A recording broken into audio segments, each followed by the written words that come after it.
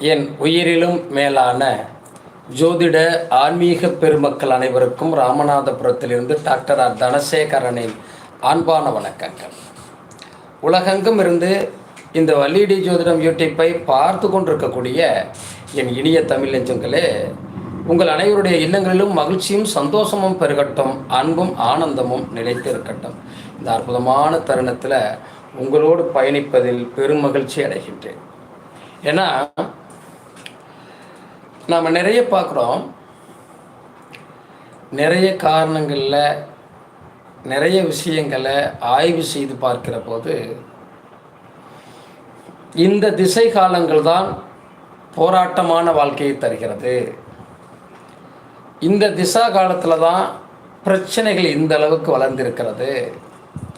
இந்த திசா காலங்களில் தான் இவ்வளவு தேவையற்ற முறையற்ற செயல்பாடுகள்லாம் நமக்கு கிடச்சிருக்கு அப்படின்னு சொல்லக்கூடிய அளவுக்கு நிறைய வளர்ந்துருக்கிறது.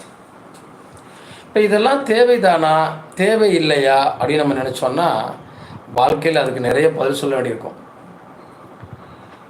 ஒரு காலகட்டத்தில் மனிதனாக வாழ்ந்து கொண்டிருந்தாலும் பலதரப்பட்ட நேரத்தில் பல பிரச்சனைகளோட மனிதன் வாழ வேண்டியிருக்கு. அந்த பிரச்சனைகளை இந்த கடவுள் கொடுக்குறானா, இல்லை இந்த உலகத்தில் நமக்கு ஏதோ ஒன்று நமக்கு செய்தா அப்படின்னு நமக்கு தெரியாமல் இருப்போம். காலப்போக்கில் இதையெல்லாம் புரிஞ்சிக்க வேண்டியது இருக்குது. ஒரு கணவன் மனைவி பிரிந்து போவதற்கும், கணவன் மனைவி வாழ்க்கையில் முறையற்ற உறவுகளால் காதலால் வருத்தப்படக்கூடிய சூழ்நிலைக்கும் பல காரணங்கள் இருக்கு.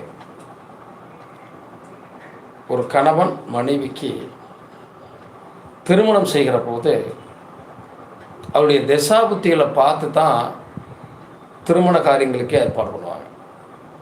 திசையும் புத்தியும் எப்படி இருக்கிறது, திசா சந்திப்பு இருக்கிறதா, ஒரே திசை இரண்டு பேருக்கும் நடக்கிறதா, 2 ஆண்டுகளுக்குள்ள இருவருக்கும் திசைகள் எதிர்த்து ஒரே மாதிரி திசைகள் வருகிறதா, இப்படிலாம் நம்ம பொருத்தம் பார்க்கும்போது பார்ப்போம். பொருத்தங்கள் பார்த்தாலும் கூட அவருடைய ஆயுள்களையும் அவருடைய குழந்தை பாக்கியம் அவருடைய எதிர்காலத்தை பற்றி நம்ம பார்க்க வேண்டியது இருக்கும். முக்கியமாக ஒரு ஜாதகத்தை எடுத்து நம்ம பார்த்தோம் அப்படின்னா,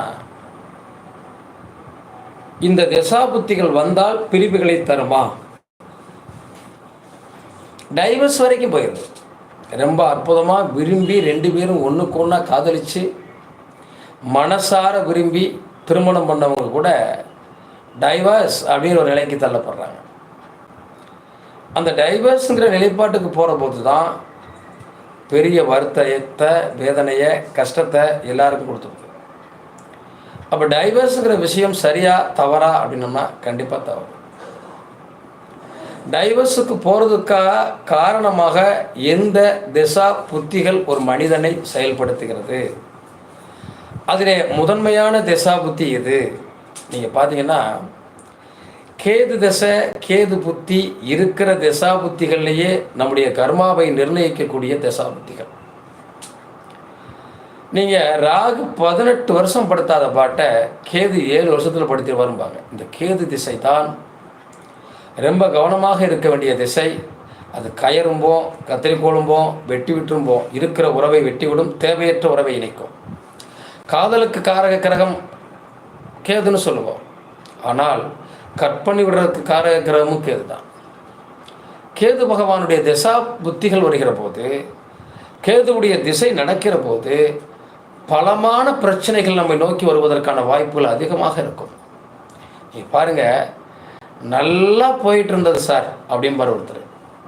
கரெக்டாக கேது தசை வந்தவுடனே என்னை சுருட்டி போட்டுருச்சு சார், கடன் பிரச்சனை, அப்படியே அது அந்த அந்த தொழிலேருந்து எந்திரிக்க முடியல, கொடுத்தது வாங்க முடியல, வாங்கினதை கொடுக்க முடியல. சரியான போராட்டம், கடுமையான போராட்டமான வாழ்க்கைக்குள்ளே சிக்கிக்கிட்டேன்னு சொன்னவங்களாம் நிறைய பேர் இருப்பாங்க. அவர்களுக்கு எல்லாமே